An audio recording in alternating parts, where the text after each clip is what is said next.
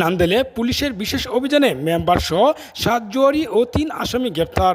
ময়মনসিংহের নান্দেল উপজেলার 4 নং চণ্ডীবাসা ইউনিয়নের ফুলবাড়িয়া এলাকায় পুলিশের এক বিশেষ অভিযানে জুয়া খেলার অপরাধে 7 জন জুয়ারিকে ও নন এফআইআরভুক্ত আরও 3 জন আসামিকে গ্রেপ্তার করা হয়েছে।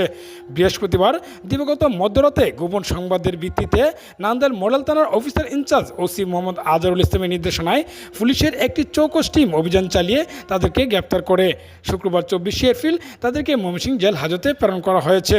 গ্রেপ্তারকৃতরা হলেন ফুলবাড়িয়া গ্রামের মানিক মিয়া, কামাল পাশা, কুকন খান, মাহবুব রশিদ ওরফে বুলবুল, সুনীল বিশ্ব শর্মা, কামরুজ্জামান এবং বাসাটি গ্রামের আলামিন ওরফে বাবুল মেম্বার।